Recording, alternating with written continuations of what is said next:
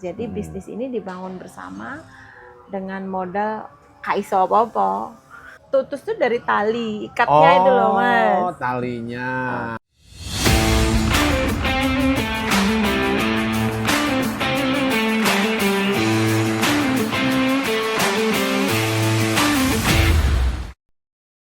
Sekarang saya lagi ada di Kota Malang.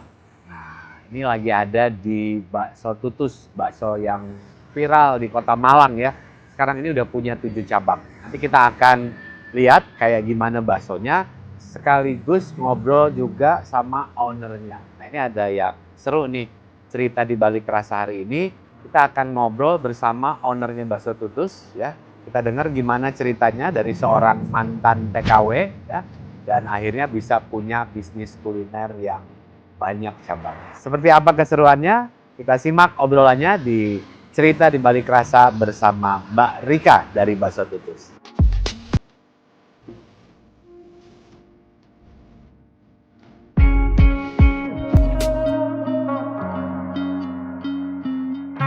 Nah, ini ownernya lagi nyiram-nyiram. Apa kabar? Ya Allah Mas Rangga. Aduh, ini kerjaan tiap sore ini. Oh yo, kadang-kadang. Kadang-kadang. Kirain Kadang-kadang. rutinitas sore. Kalau lagi gabut. Aku tadi udah ngambil baksonya. Oh. Pengen makan bakso sambil ngobrol-ngobrol sama yang punya Bakso Tutus. Yuk kita di mana Mbak ngobrolnya? Di mana ya? Di atas? Di atas boleh, Atau boleh. di mana? Boleh. Boleh ya?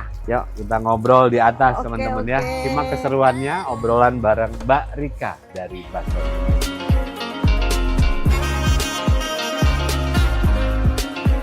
Nah, ini saya udah ketemu ownernya Mbak Rika. Apa kabar Mbak Rika? Alhamdulillah kabar baik Mas. Ini seneng nih bisa nyobain lagi Bakso Tutus. Ini baksonya bikin kangen teman-teman ya. Ini saya kalau kesini, ini selalu makannya tuh ini bakso yang gede ya. Tuh, Bakso ini ada iga. bakso iga. Nah, nggak lupa ini yang disebut tutus tuh ini ya. Iya, tetelan.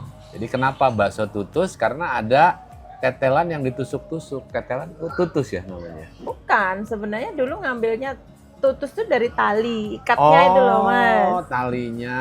Karena memang bikin Jadi talinya tuh tali yang buat ngiket tetelannya itu. Iya. Kenapa dinamai tutus? Karena kita pengen beda aja sebenarnya. Pengen ada kok unik ya apa gitu. Namanya tutus. Iya, namanya juga jadi gampang diingat. Iya. Nah, ini sekarang udah berapa cabang Mbak Rika? 7 lah. Udah 7 cabang ya. Iya. Wah, ini seru nih sambil dengerin cerita Mbak Rika. Nah, saya sambil makan. sambil icip-icip baksonya karena udah lama. Terakhir kesini kapan ya Mbak Rika ya? Kapan ya? 6 bulan yang lalu apa setahun yang lalu? Aduh kuahnya, kuahnya amber. Nggak apa-apa. Saya makan kuahnya dulu ini. Sambel. Nggak, kalau saya makan bakso itu nggak pakai justru sambel.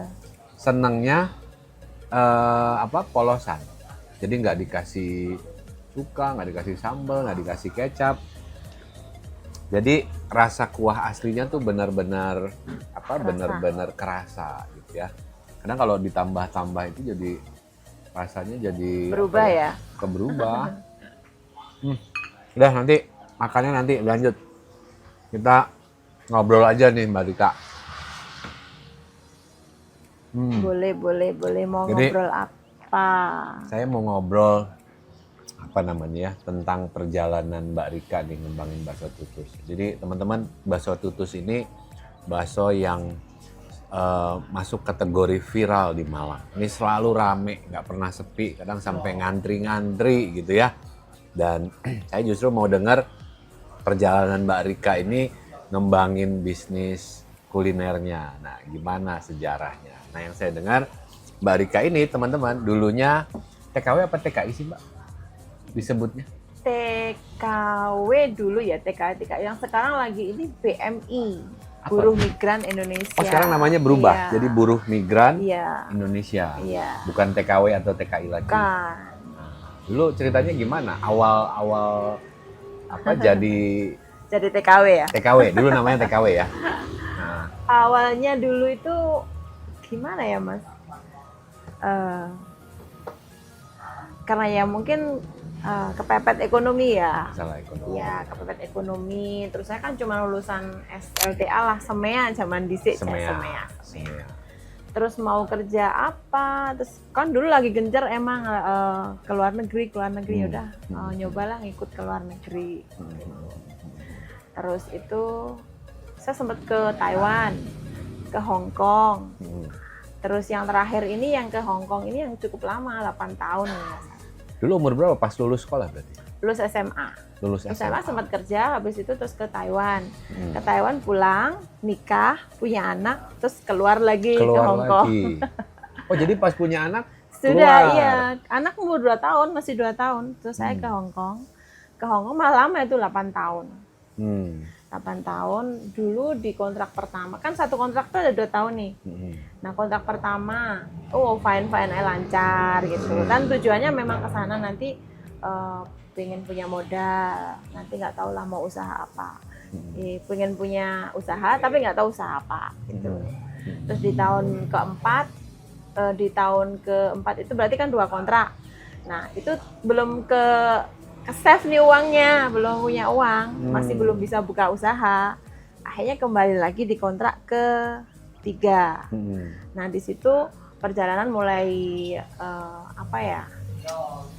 mulai gonjang-ganjing kan, karena ini kok habis kontrak, habis uang. Terus yang terakhir yang kontrak keberapa ya kalau nggak salah. Habis uangnya kenapa itu? Ya karena memang uangnya harus dikirim terus pulang ke Indonesia. Karena waktu itu memang kayak kondisi ekonomi memang nggak memungkinkan ya. Tahun berapa itu? Tahun berapa ya? Tahun 2005 kayak saya berangkatnya. Waktu itu orang tua juga banyak hutang dan lain sebagainya. Jadi mungkin untuk melunasi mereka, untuk membantu kebutuhan mereka, kayak gitu. Terus akhirnya di tahun kontrak saya ketiga kalau nggak salah, suami saya itu meninggal di kecelakaan. Saya masih kecil itu. Terus akhirnya di kontrak setelah itu saya kembali lagi menghabiskan kontrak yang keempat. Jadi anak saya waktu itu udah dari umur 2 tahun sampai SD kelas 5 kalau nggak salah. Terus ibu saya bilang gini, udah kamu pulang aja. Terus sama kayak apa-apain di oma, yang penting kumpul karo anake kan gitu intinya. Jadi nggak usah kerja, nggak apa-apa, yang penting kumpul sama anak. Iya, udah di sini aja kerja apa aja gitu. Kan anaknya udah mulai gede. Akhirnya ya udah dengan modal sisa yang ada, saya mencoba pulang ke Indonesia. Terus disitulah ikut itu yang sempat masuk kan di Kick Andy itu. Di situ kan saya sempat masuk Kick Andy nih teman-teman. Sempat di Kick Andy itu karena saya waktu di Hong Kong itu kan ikut kelas-kelas entrepreneurship.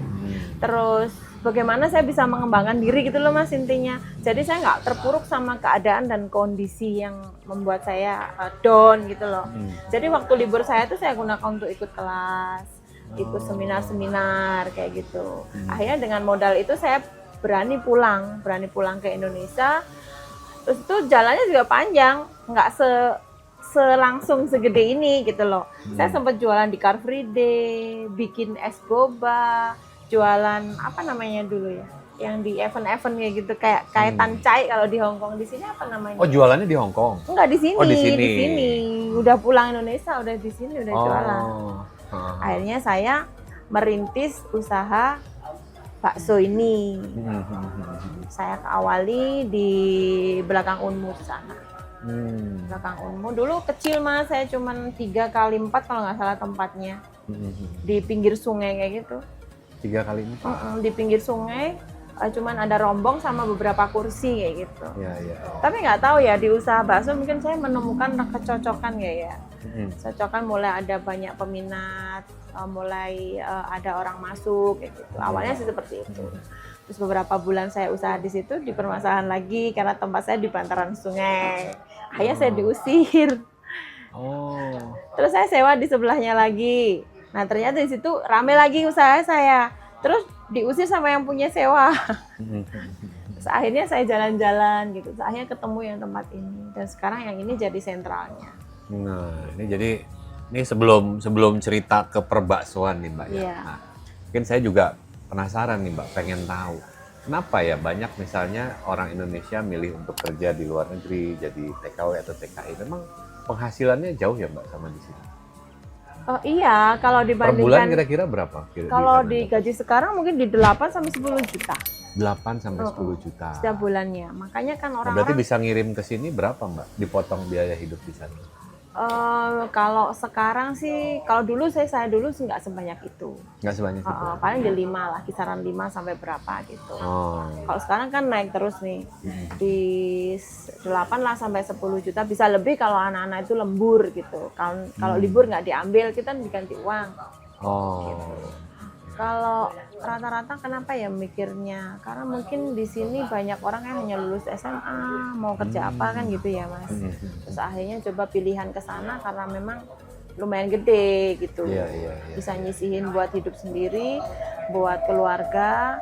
Terus kalau untuk kebutuhan di sana kembali dikirim mungkin masih ada sisa lah, lebih di atas 5 kayak. Oh, yang dikirim ke sini di atas 5 waktu itu ya? Pada saat itu ya? Iya. Di situ lumayan gede, makanya banyak orang yang mau ke sana. Nah, tapi mungkin yang kerasa ya, karena saya juga punya anak ya. Nah, ini jauh dari anak masih kecil, itu gimana perasaannya dulu? Yo sedih Mas, sedih karena anak saya tuh cewek ya. Pas kebetulan ayahnya juga nggak ada juga kan, meninggal waktu dia umur 5 tahun. Jadi dia tuh selalu menuntut gitu. Kalau pas acara kelas, acara sekolah gitu, kok ibu nggak pernah ada gitu kan, Bu pulang dong, kasihan teman-teman pada ditunggu sama orang tua kan gitu. Ya nangis gitu, nelongso gitu, nangis kayaknya. Dulu udah musim video call belum sih Mbak? Belum. Bisa? Oh belum? Belum. Jadi kalau mau komunikasi? Cuman telepon. Per apa? Misalnya pakai pulsa. Seminggu sekali apa sebulan? Ya setiap hari. Setiap hari? Iya. Setiap hari. Belum ada video call, telepon masih pakai pulsa, internet kan baru masuk. Jadi saya kan komunikasi juga biayanya lumayan. Iya, lumayan. Kadang habis untuk biaya telepon. Lumayan. Ya anak lagi lucu-lucunya. Iya. Ya, kasihan ya. Tapi kadang memang hidup ada jalannya masing-masing ya. Kalau nggak seperti itu kan kita mungkin kalau nggak sampai di titik ini ya. Kalau saya nggak ke Hong Kong dan saya tidak jadi TKW, tidak punya masalah yang seperti ini, mungkin juga nggak bisa sekuat ini gitu loh Mas. Sebenarnya itu memang menguatkan. Ya, saya kan kalau dengar cerita-ceritanya di media ya banyak lika-likunya. Iya, gitu. Ada yang misalnya istrinya berjuang di sana atau ini, di sininya tiba-tiba uangnya habis gitu kan. Nah, kayak gitu. Pasti betul. Semua punya perjuangannya masing-masing ya, termasuk Mbak Rika. Mbak Rika lebih ke anak mungkin ya, jauh sama anak ya. Iya, kalau saya lebih ke anak sih sebenarnya. Lebih ke anak, jadi mikirnya bagaimana ya saya nanti pulang itu nggak kembali lagi gitu loh. Kan banyak yang di sana sampai tua, sampai umur berapa ada yang sampai tua. Sampai memang dia harus pensiun itu dipulangkan, itu ada sampai 60 ke atas tuh ada. Gitu. Jadi memang saya setelah kejadian itu saya punya target, pokoknya harus pulang di habis kontrak ini gitu. Berarti waktu itu kan ninggalin anak 2 tahun. Ya. Berarti pulang lagi ke sini, nggak balik lagi setelah anak umur berapa? Anaknya sudah SD kelas 6. Kelas 6.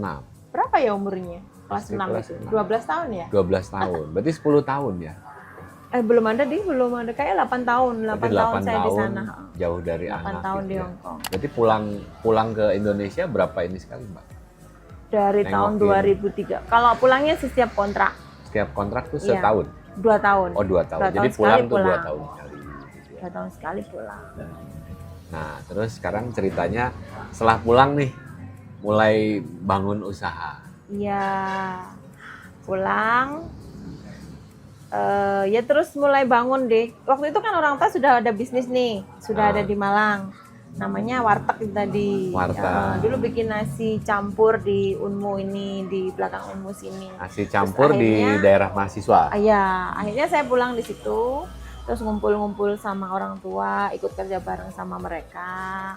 Terus akhirnya saya juga sempat buka nih, jadi cabang keduanya. Tapi kayak saya nggak cocok gitu loh. Kebetulan terus dipertemukan lagi sama suami yang sekarang. Mas Haji. Iya. Terus akhirnya kita bikin bisnis bareng. Jadi bisnis ini dibangun bersama dengan modal kaiso apa-apa. Nggak bisa apa-apa. Modalnya Modalnya pertama kali waktu itu berapa? belajar. Modal pertama Saya kali? ingat ya, dulu modal saya bikin bakso itu cuma 500.000. 500.000? Iya. Lah bayar Cuman- sewa tempat dan lain-lain? Itu untuk jualan ya. Untuk Sewa jualan. tempat itu sekitar 25 kalau nggak salah. 25 25 juta. 25 juta. Terus di cabang yang pertama saya buka dulu itu nggak jalan gitu loh Mas. Terus akhirnya ada sisa sewa yang saya oper kontrak ke orang gitu loh. Ada sisanya, terus akhirnya saya buka lagi yang saya di pinggir sungai itu. Tanah itu di pinggir sungai. Di situ awalnya bakso tutus berdiri. Kan dulu bikin nasi nih, jualan nasi ikutan ibu. Tapi saya nggak bisa gitu loh. Nasi itu kayak nggak cocok gitu loh. Kenapa nggak cocok? Kayaknya aku nggak bisa masak, Mas. Oh, karena nggak bisa masak. Nggak bisa masak. Oh, aslinya nggak bisa masak. Iso. Aslinya nggak iso masak. Terus yang bikin bakso apa ini? Ya itu karena belajarnya karena kepepet. Belajarnya waktu itu kan udah ke YouTube. Terus lihat dari YouTube. Cari teman-teman, maksudnya cari referensi yang jualan-jualan bakso gitu. Kan maunya gini, jualan nasi kan kita nggak jalan ya. Terus akhirnya sama suami gini, jualan apa ya yang enak, nggak ribet, disukai banyak orang. Terus makan kenyang juga bisa makan, lapar juga bisa makan, segala cuaca, segala musim bisa makan gitu toh. Terus akhirnya suami bilang kayaknya jualan bakso aja lah. Gitu. Terus tapi kalau kita jualan bakso di Malang, kita harus bersaing dengan mereka karena Malang itu memang kuliner baksonya kan emang terkenal.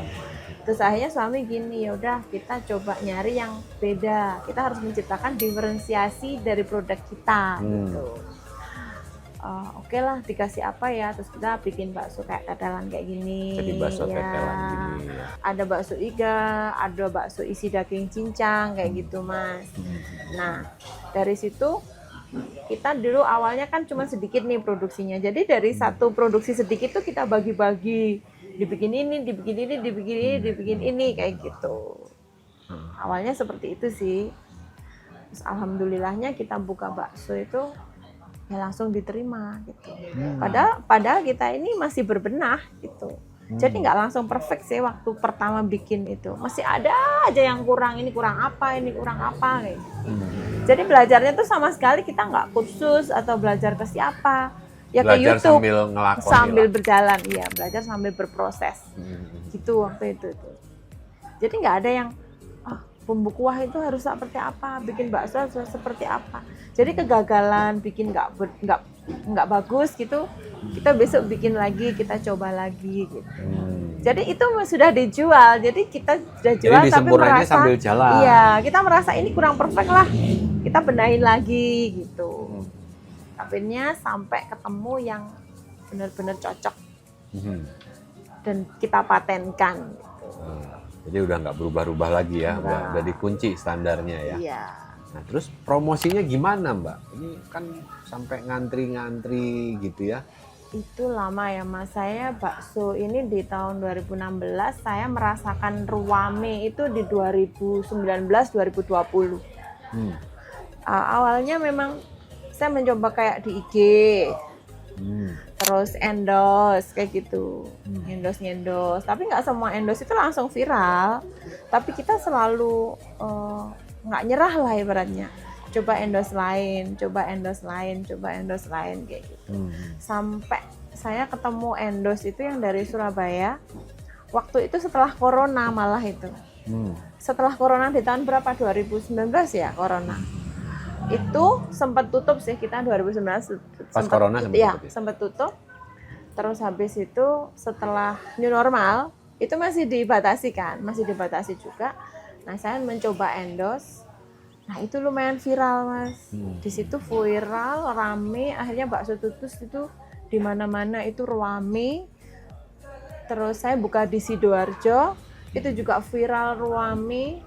Ya dari endorse itu tadi. Jadi pakai jasa influencer ya. ya. Jasa influencer, Terus habis itu kan buka cabang. Kalau buka cabang itu sudah mengenal Facebook Ads, IG Ads, terus ngundang influencer kayak gitu. Udah mulai kayak gitu sekarang. Udah mengenal hal seperti itu. Ada kiat-kiat nggak Mbak? Cara nyari influencer tuh gimana? Kan banyak ini influencer.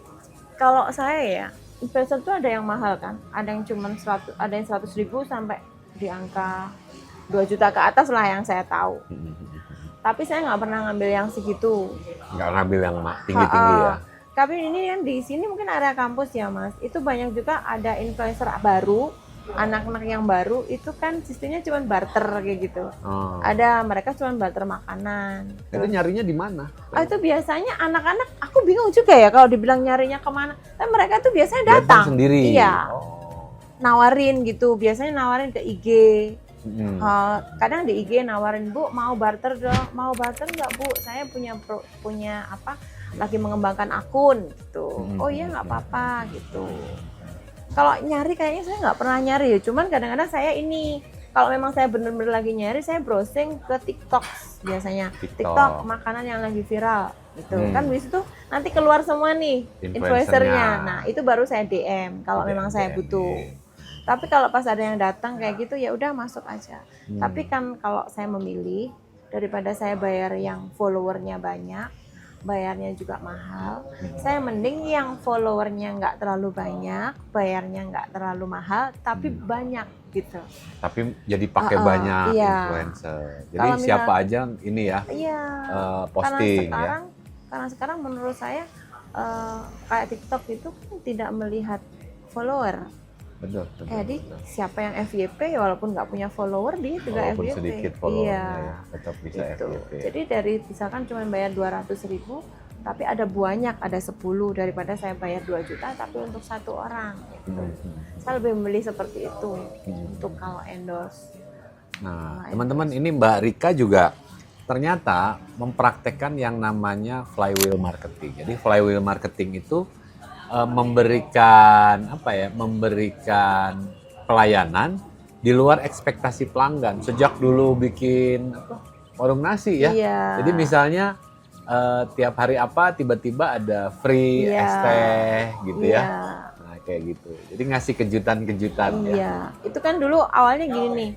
Saya dulu ya Mas, uang lek lungonin luar negeri itu biasanya orang yang nggak punya skill kan. Lulusan SMA kayak gitu. Aku ngertos. Lungo dari luar negeri. Orang kalau pergi ke luar negeri itu rata-rata kan lulusan SD, SMP atau SMA. Jadi kalau ilmu bisnis dan lain sebagainya mungkin tidak memahami ya. Tapi waktu itu kan saya memanfaatkan waktu libur saya untuk belajar karena di Hong Kong itu memang sangat luas kemungkinannya kita untuk mengembangkan diri gitu loh.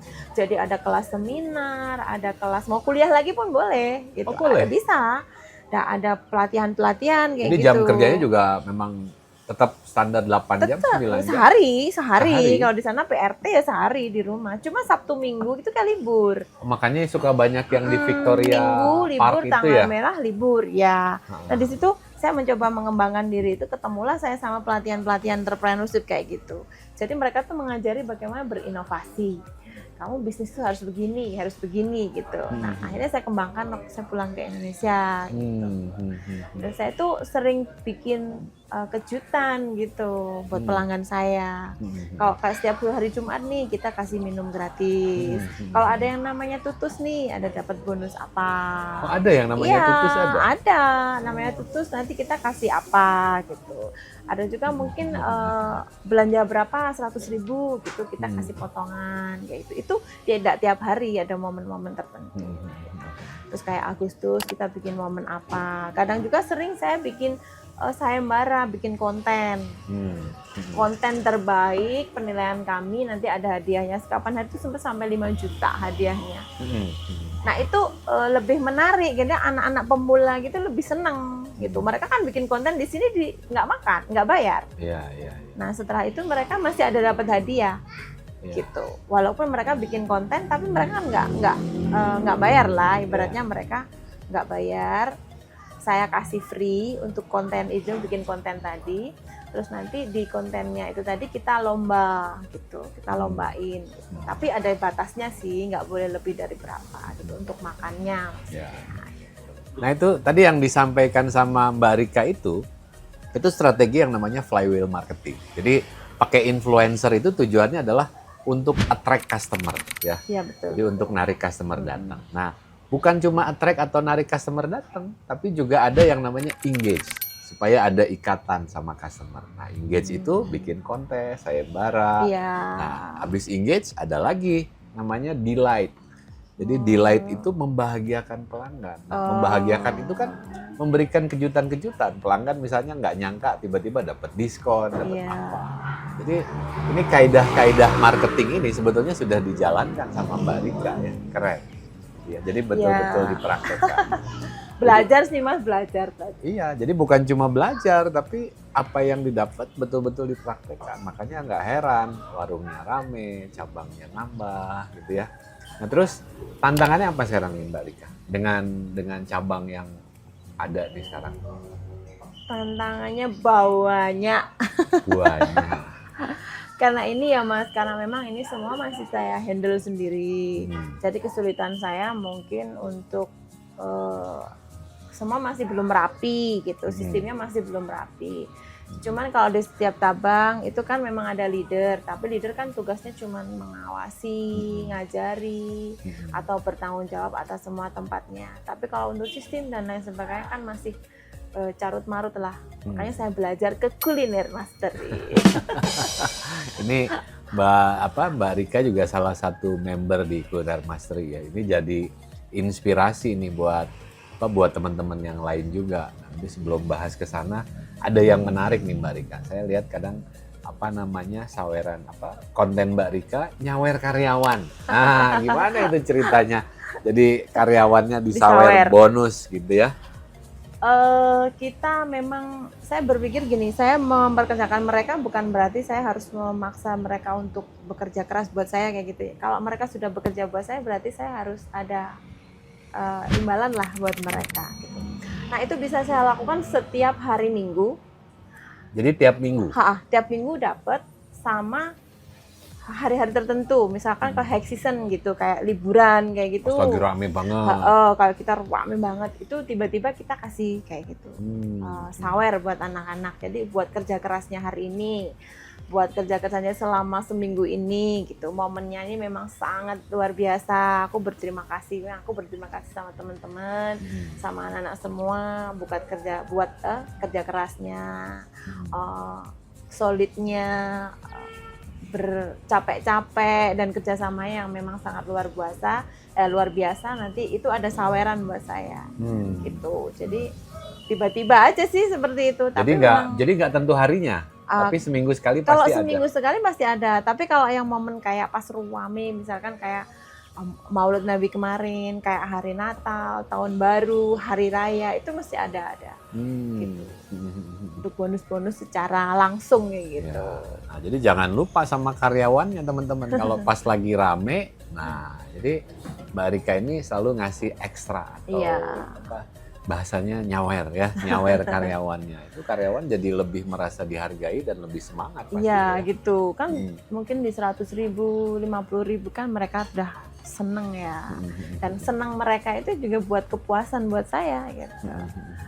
Mereka juga harus bahagia gitu. Mereka juga harus punya kepuasan kerja di sini gitu. Capeknya itu terbayar gitu. Gitu. Itu bonus aja sih. Nanti gaji juga masih ada insentif. Jadi ada insentif. Ada rapot sih, rapot seperti biasa. Oh, ada rapotnya. Ada. Jadi ada penilaian karyawannya. Jadi ada gaji sendiri, ada insentif, ada rapot. Jadi kalau nilainya bagus, ada insentifnya, ada nambah insentifnya gitu. lagi. Wah. Nah, terus ini nih Mbak, yang saya tahu ya, misalnya kan bakso ini kebiasaan ya. Kebiasaan orang makan bakso itu ya kalau misalnya di hari-hari biasa pagi bisa makan pagi, makan siang, makan malam gitu ya. Cuma yang saya tahu biasanya kalau bakso itu bulan puasa nggak terlalu ini Mbak. Betul. Biasanya kan orang buka bersama cari makanan. Iya, nasi. Jadi orang nggak makan bakso. Nah, itu strategi Mbak Rika gimana tuh? Nah, itu yang bikin saya ngeluh. Heeh, Akhirnya saya berpikir kalau puasa itu kan kebutuhan banyak nih, harus THR dan lain-lain dan lain sebagainya. Justru omset bulan puasa malah Turun. turun. Nah, Kalau saya bakso puasa ya. turun. Bulan puasa tuh turun. Akhirnya saya mencoba bagaimana saya bisa menciptakan customer lain, misalnya kalau nasi ya, kalau puasa itu memang nasi lagi rame. Terus saya bikin usaha lagi, namanya Warung Marsiti. Warung Nah, Marsiti. itu jualan nasi. Nah, nanti kalau bulan puasa itu mesti rame. Kayak kemarin puasa Jadi dia kemarin tuh buka. substitusinya bakso ya. Iya, Jadi kalau orang yang nggak udah senang mau. makan di sini. Karena di sini memang ini satu area ya, satu area. Karena memang ditemukan juga kadang orang-orang nggak mau makan nasi, nggak mau makan bakso. Ada nasi, Bu? Oh, nggak ada. Akhirnya saya mencari solusi dari setiap masalah itu tadi, karena orang cari nasi. Jadinya akhirnya saya buka warung nasi itu. Tapi ya memang nggak mempengaruhi sih sebenarnya. Iya. Cuman untuk nasi sih omsetnya nggak seperti bakso, tapi tidak mempengaruhi sama sekali penjualan kita. Jadi ditambahin warung nasi ininya Ya, justru tambah, nggak, jadi malah nambah ya ya. customernya. Jadi ada pencinta nasi Betul, sendiri ya. betul. Untuk trafficnya juga lebih naik gitu. Malah lebih naik. Iya, biasanya kalau siang itu orang makan bakso kan jarang juga nih. Nah, kalau kantor-kantor biasanya kok siang itu paling kesini biasanya malah sore. Terus akhirnya nanti siangnya mereka makan nasi, mungkin di kantor-kantor makan nasi. Terus nanti kesininya sore atau malam. Tapi di sini saya lihat siang itu ada banyak yang makan nasi. Jadi Ada orang yang makan banyak bakso. ada pilihan, jadi Iya, ya nggak ada cuma banyak makan pilihan. bakso. Terus di sini bakso bisa pakai nasi juga, Mbak? Bisa Saya juga seneng makan bakso pakai Bisa. nasi, pakai lontong gitu. pakai lontong, Pakai lontong bisa ada ya. pakai nasi bisa. Nah, di bakso tutus ini enak ya teman-teman, pilihannya banyak. Jadi kadang niat makan bakso tapi teman-temannya tuh bikin kalap gitu ya. Jadi kadang harus 2 mangkok begini gitu ya baru puas gitu ya. Iya. Nah terus selain bakso ini rencananya apa lagi Mbak ke depannya? Apa ya? Ada sih kepingin menciptakan kompetitor sih sebenarnya untuk diri Oh. sendiri. Masih ke bakso, Jadi bikin brand bakso yang brand lain. baru dengan kapasitas atau spek atau kualitasnya mungkin di bawahnya. Jadi Bakso harganya tutus. lebih murah dari bakso. Lebih tutus. merakyat, Oh. lebih murah. Karena memang Malang itu basicnya mahasiswa ya. Dan mahasiswa itu memang makan sebenarnya warak. Oh. Nah, akhirnya ini memang nanti planningnya, kepinginnya yang brand baru ini masuk ke area-area kampus. Area-area kampus dengan harga yang tidak terlalu mahal, tapi dengan kualitas yang tidak dikurangi sih, cuman lebih disesuaikan dengan harga kayak gitu. Tetap Namanya apa? Bakso apa? rencana sih bakso Opa bakso. Nah, jadi teman-teman, jadi kalau lihat bakso ya di Malang, nah itu jangan-jangan punya Mbak Rika gitu ya. Jadi memang konsentrasinya sekarang fokus di perbaksoan. Iya, di perbakso karena kita memang sudah menguasai lah. Berarti udah berapa tahun di baksonya Mbak Rika? Berapa tahun ya, Man? 2016, sekarang berapa tahun? Berarti 8 tahun. 8 tahun. 8 tahun. Ini saya dengar juga rencana mau mengembangkan juga ke kota-kota lain ya. Kepingin sih banyak permintaan kemitraan, tapi saya belum berani mengiyakan karena itu tadi sih sistemnya masih belum ketata. Jadi masih dibenahi. Dibenahi dulu. Ini ada yang menarik nih teman-teman. Kebetulan saya sama Mbak Rika ini udah kenal hampir 3 tahun mungkin ya Mbak ya. Kuliner Mastery Berapa itu tahun gabung. ya? 3 3 tahun ya. 3 tahun. 3 tahun. Jadi Mbak Rika ini gabung di komunitas Kuliner Mastery gitu ya. Ya, saya senang bisa menjadi inspirasi juga buat teman-teman gitu ya. Dan yang menariknya nih teman-teman, kadang kan ada yang nanya, ini kalau misalnya saya sama-sama jualan bakso gitu ya. Nah, ini jadi kompetitor dong kalau sama-sama jualan bakso. Nah, di Kuliner Mastery ini teman-teman, justru yang unik di Malang ini ada Mbak Rika, kemudian ada satu lagi Mbak Eni gitu ya, sama-sama jualan bakso, tapi justru malah jadi sohib ya, jadi bestie. Iya. Jadi bestie, ngerjain SOP bareng-bareng gitu ya, karena jualannya sama. Nah ini menjadi inspirasi juga buat teman-teman yang lain. Jadi kadang ada yang malah saling bersaing. Kalau saya udah nggak musim bersaing. Kalau Saya nggak berpikir ke arah sana Iya. ya. Tujuannya memang kita sama-sama Mm-mm. mencari rezeki. Terus saya lihat Mbak Eni itu welcome banget. Aku sih nggak iso apa-apa. Dia dengan sabar mengajari saya. Ah, Ya pokok intinya saya banyak belajar lah sama Mbak Eni. iya. Teman Guru seperjalanan. saya. Nah ini kebetulan ada di sini nih karena Besti sering ada di sini. Ini kita panggilin aja ya, Mbak Eni boleh ke sini Mbak Eni. Nah ini kita mau menghadirkan Mbak Eni nih teman-teman. Nah ini udah ada Mbak Eni. Apa kabar Mbak Eni? Ini senang saya ngelihat ini berdua bestian ya. Kerja kelompok sama-sama jualan bakso. Ini ketemunya di Kuliner Mastery ya. Iya. Nah, saya juga ingat di Jakarta ada Mbak Ayu, Mbak Peggy, kemudian Mbak Ika. Itu juga ketemu di Kuliner Mastery jadi besti gitu ya. Nah, enaknya kalau sama-sama pengusaha kuliner, ngobrolnya jadi lebih nyambung ya. Nah, saya juga mau nanya nih kan, Mbak Rika tuh dari dulu udah sering ikut seminar ya, komunitas gitu ya. Apa sih yang apa ya? Maksudnya apa pentingnya komunitas buat Mbak Rika sama Mbak Eni? Kenapa Penting kita ya. harus ikut komunitas? Gitu? Sangat. Ah. Selain itu kan kita juga perlu link nih, perlu jaringan. Jaringan. Nanti mungkin ketemu teman seperti ini di Kuliner Mastery, Mm-mm. akhirnya saya ketemu sama ini. Mm-mm. Nah kalau saya tanya Mas Rangga kan terlalu jauh, tapi dia ternyata ilmunya lebih jauh dari saya. Saya lah yang belajar dari Mbak. Akhirnya dia yang ngajarin saya, ini harus diginiin Mbak Rika, ini harus diginiin. Kan Mas Ical selalu bilang saya, ayo PR-nya dikerjain. Mm-mm. Tapi aku bingung yang mau dikerjain yang mana. Nah, Itu. itu nggak ada yang Akhirnya ada bantuin. yang bantu. Nah, kadang mentornya itu justru bisa teman-teman deket kita Iya. karena kan otomatis ketemunya lebih sering. Iya lebih sering, gitu ya. deket. Kalau mau nanya-nanya kan juga lebih enak. Mm-mm. Kalau yang lainnya berpikir kami sesama bakso kompetitor malah enggak HPP-mu itu gini loh karena saya tahu betul HPP-nya saya, HPP-nya Mbak Rika Itu dan sama-sama aman-aman tahu saja. dapurnya. Tahu. Iya, tahu lah. Luar dan Tahu. dalam. Luar Jadi dan dalam. Jadi nggak ada yang di ini ya, nggak jadi ada yang bahannya ditutupi. mendingan pakai ini. Misalnya waktu itu dagingnya gimana? Oh, gini aja. Jadi kita tukar-tukar informasi sih.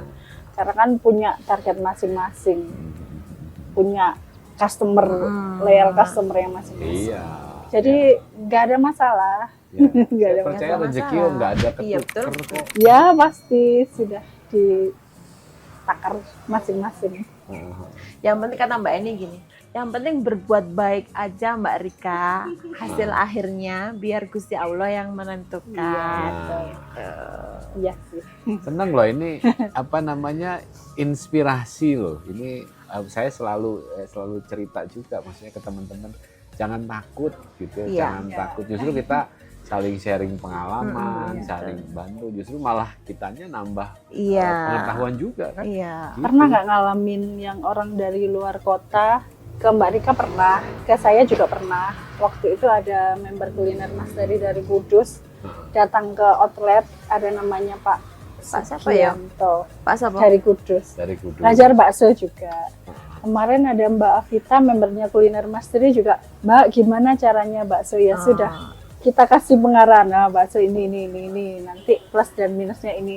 Ya, Mbak Rika malah dari Palembang waktu itu ya. Iya. Iya. Mas Mas. sekarang tak stop dulu, kasihan nggak bisa ngapa-ngapain, sibuk. Iya. Lagi mau launching Lagi anak mau baru. launching. Anak baru.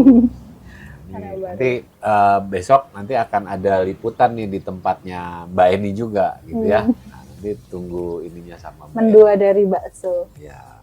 Nah, terus gimana Mbak? Ini pesan-pesan dari Mbak Rika. Ya mungkin ya kita nggak tahu mungkin apa namanya tayangan ini nanti ditonton sama teman-teman yang saat ini masih jadi apa namanya sekarang? PKW apa? PMI. BMI namanya PMI, BMI.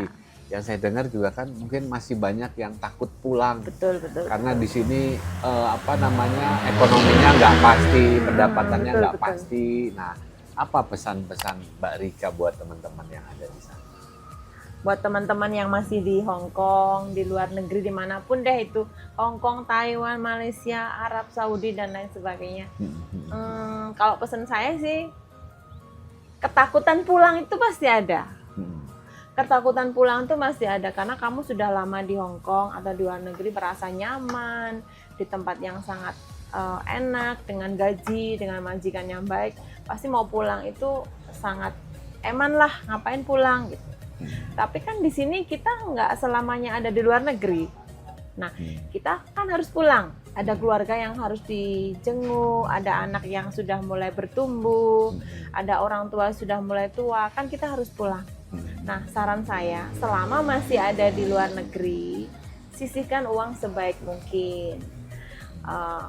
Tabung uangnya, jangan semua dihabis-habiskan untuk dikirim. Tuh, nanti di rumah, sekarang peluang tuh banyak kan, peluang itu banyak sekali. Nanti buat modal usaha di rumah. Nggak usah yang gede-gede sih, nggak udah yang gede, dimulai dari yang kecil aja dulu. Karena sekarang itu apapun itu sebenarnya bukan dari modal sih menurut saya, dari kemauan, dari niat sambil terus berproses. Kalau menurut saya sih seperti itu. Jadi buat teman-teman yang ada di sana nggak usah takut untuk memulai hidup baru di negeri sendiri. Dan memang semua harus dimulai. Semua harus dimulai. Yang penting terjun aja dulu, nanti sambil belajar, berproses, pasti kita menemukan jalan. Ya. Mbak Rika pernah ini juga nggak? Pernah ngisi pelatihan-pelatihan buat teman-teman yang ada di luar? Saya dulu pernah ya di Bank Jatim, itu pernah diundang untuk kasih seminar buat teman-teman. Tapi itu mereka pernah TKI, jadi mereka sudah pulang. Yang sudah pulang? Sudah pulang. Jadi kan kayak sekarang banyak sih dari pemerintah juga ada pelatihan-pelatihan kayak gitu. Terus mengundang teman-teman yang sudah berhasil gitu. Ada komunitas juga seperti itu. Pernah di Banyuwangi dulu pernah. Terus saya pernah di Kick Andy itu. Terus saya juga pernah pernah sih kayak video call kayak gitu di seminar teman-teman pelatihan yang di Mandiri Sahabatku di Hong Kong. Dari Bank Mandiri. Oke, semoga ini bisa menjadi inspirasi ya buat teman bahwa di Indonesia ini ya sebetulnya banyak peluang-peluang. Yang penting memang ya kita harus mau nyoba. Iya, betul. Mau belajar. Ini contoh-contoh orang-orang yang senantiasa belajar ya. Terima kasih ya Mbak Rika. Saya udah nggak sabar pengen makan baksonya. Inspirasinya luar biasa hari ini. Mbak Eni juga nanti kita ngobrol di tempat Mbak Eni ya, di Jatim, di Museum Angkot Jatim Pun. Nah, nanti kita kunjungan juga ke tempat Mbak Eni. Terima kasih teman-teman. Semoga pembicaraan obrolan kita pada hari ini bermanfaat dan menginspirasi teman-teman. Sampai ketemu di konten-konten berikutnya bersama Kuliner Mastery, Kuliner Indonesia Mendunia.